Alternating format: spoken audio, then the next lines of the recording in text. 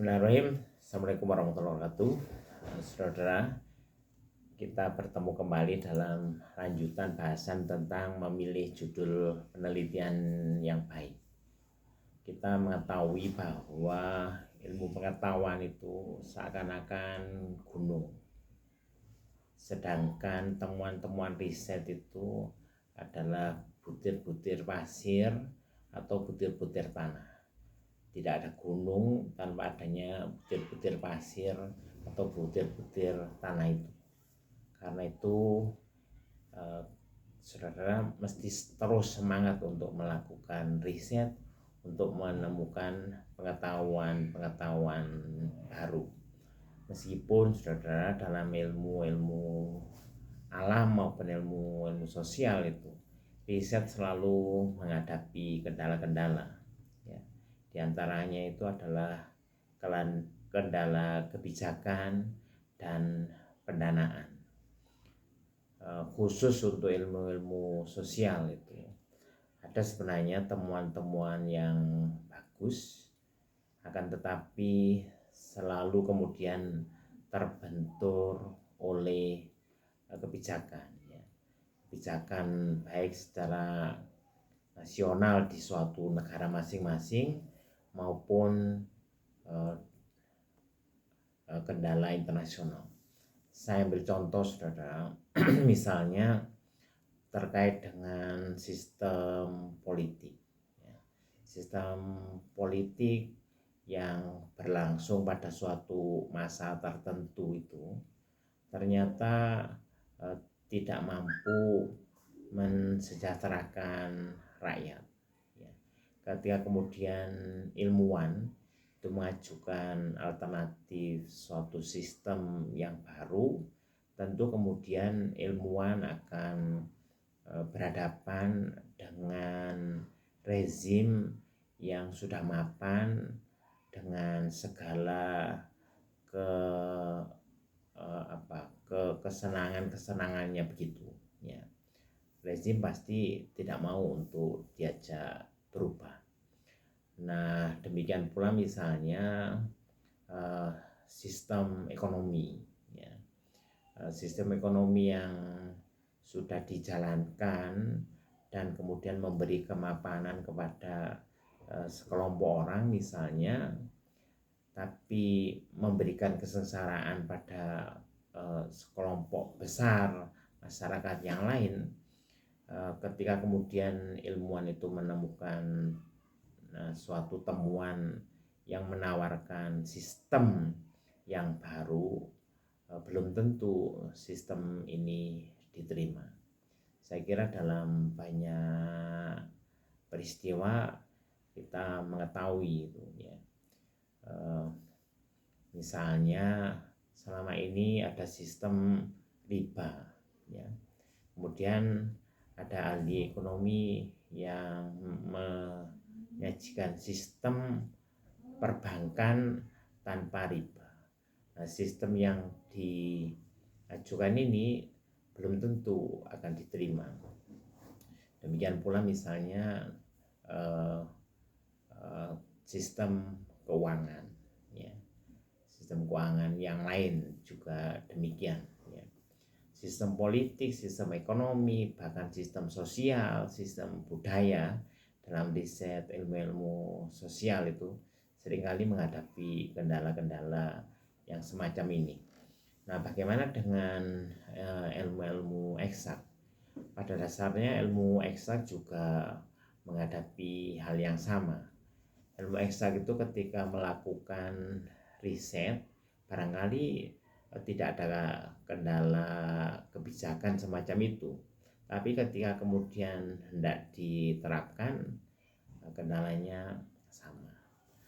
Nah, kita menghadapi kendala-kendala macam itu, ilmuwan menghadapi kendala-kendala macam itu, mahasiswa S1, S2, S3 juga menghadapi kendala-kendala macam itu.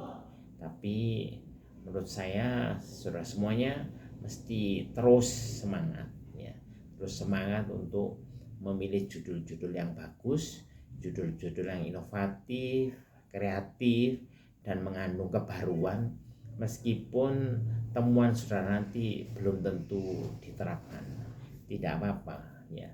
Pada suatu waktu judul saudara, insya Allah pemikiran saudara akan diterima.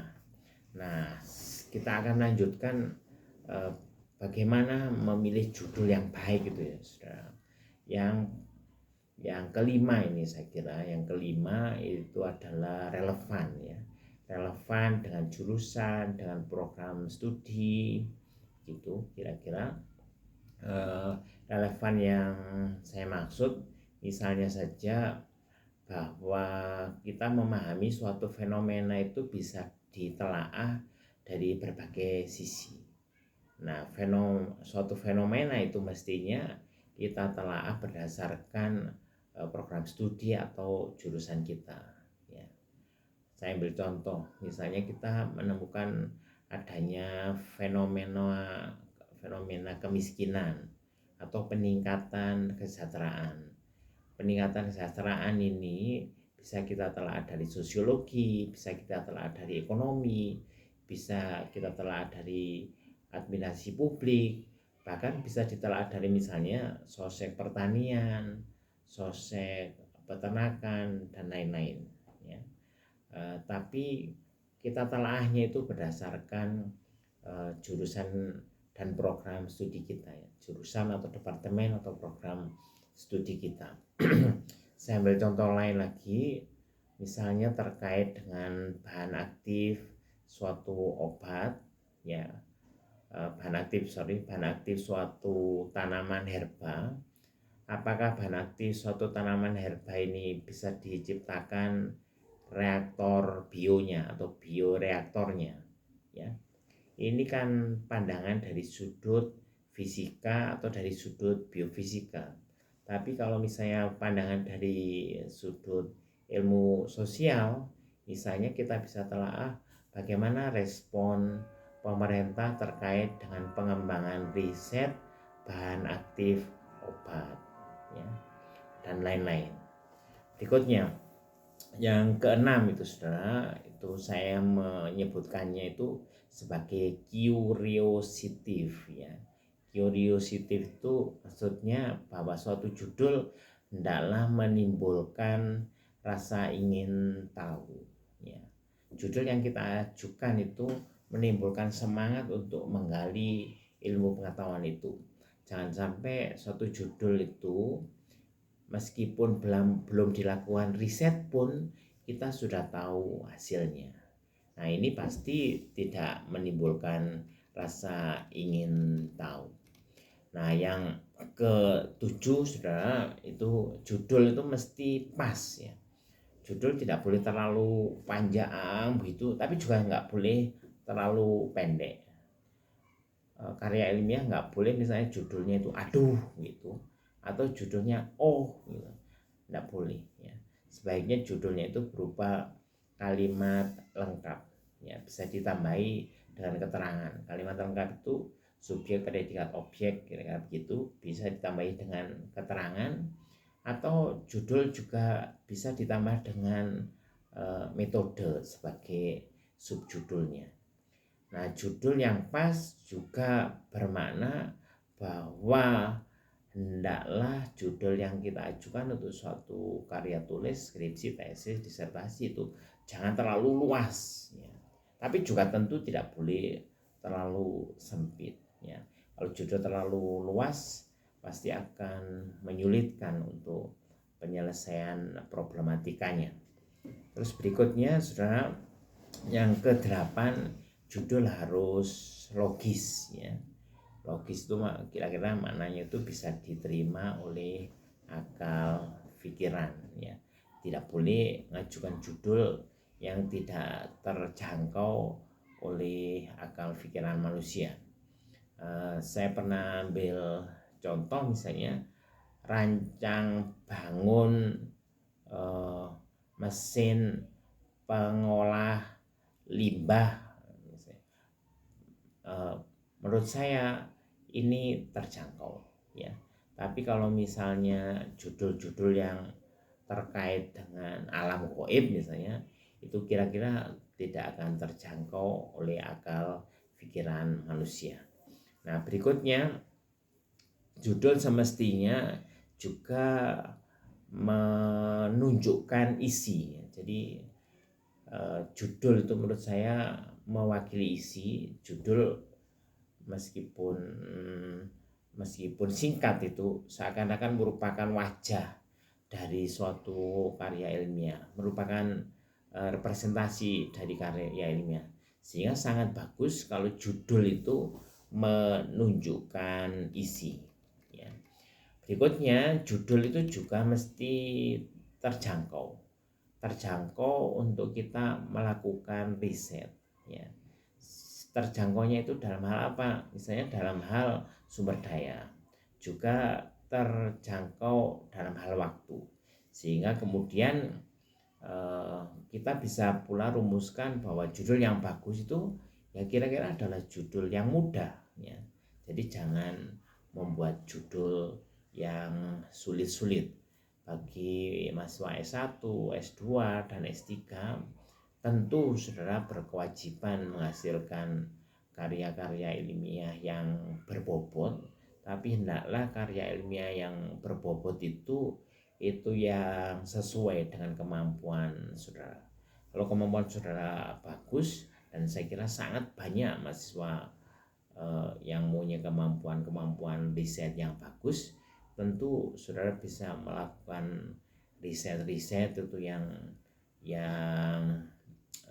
sangat inovatif, sangat kreatif, dan mempunyai novelty yang tinggi, ya.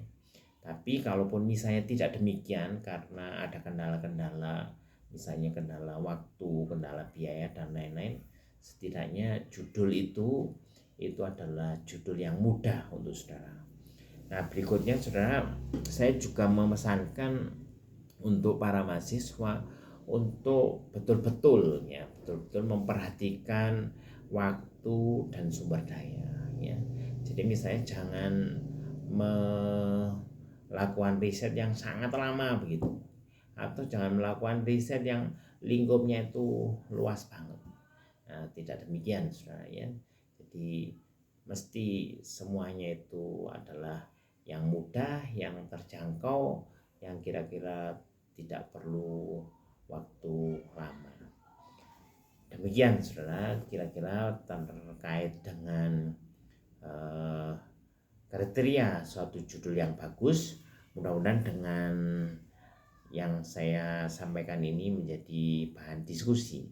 Tentu saudara, dari yang saya sampaikan ini apa istilahnya itu, saudara bisa setuju atau tidak setuju, tapi sekiranya memberikan gambaran untuk pilihan-pilihan judul yang bagus. Selamat melakukan penelitian, tetap semangat. Yang belum mengajukan proposal riset, segera mengajukan proposal riset. Yang sudah, segera turun ke lapangan. Dan yang sudah turun ke lapangan, cepat-cepat melakukan analisis. Moga-moga tugas studi saudara selesai, dan kemudian memasuki kehidupan baru untuk berbakti kepada agama, nusa, dan bangsa. Sukses untuk saudara semua. Billahi taufiq wal hidayah. Assalamualaikum warahmatullahi wabarakatuh.